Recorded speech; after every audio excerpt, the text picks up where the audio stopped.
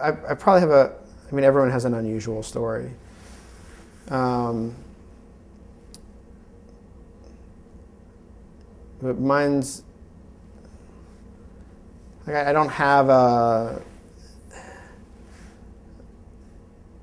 like a story about the Holocaust. I don't have a story about, sort of a poor immigrant family and, making it in the United States. The Jewish side of my family, my father's family is not Jewish. Um, it goes back many, many generations, and they're really a family of New York Jews. That's the best way of describing them. And there's a particular identity that comes with being a New York Jew that I have always held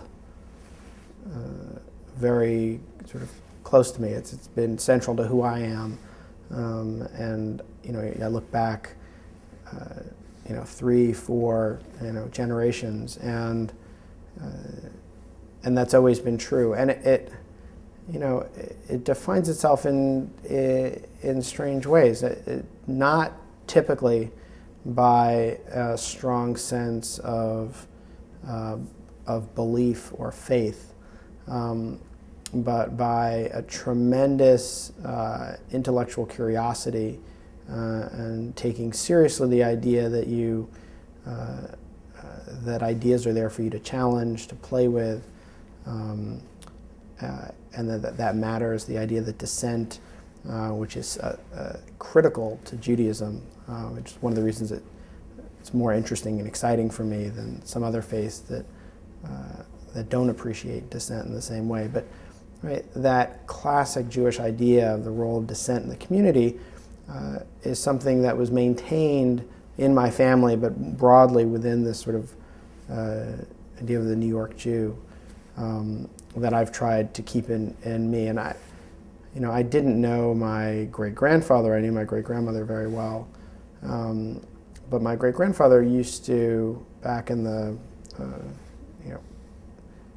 teens and 20s, spent a lot of time listening to speeches. And one of the reasons my family ended up becoming Reconstructionist, actually, was because he was very interested in hearing Mordechai Kaplan speak, and became close with him in part because of that. But he was intellectually curious. He went and he would just go and listen to people who are known for having brilliant ideas or were good speakers. And the ideas that were central to what became Reconstructionism, but was at the time, and this is the first half of the 20th century, but an incredibly dynamic time when American religious identity, American Jewish identity, was being formed. My family, and my understanding of my family is that they had a real part in that. They really enjoyed the idea of creating something new. And I think I've tried to continue in that tradition as well. So I think it's a different identity than you might hear from a lot of people, but it's a very clear one to me that this particular New York Jewish identity is central to who I am, and how sort of I approach problems and how I approach my Judaism.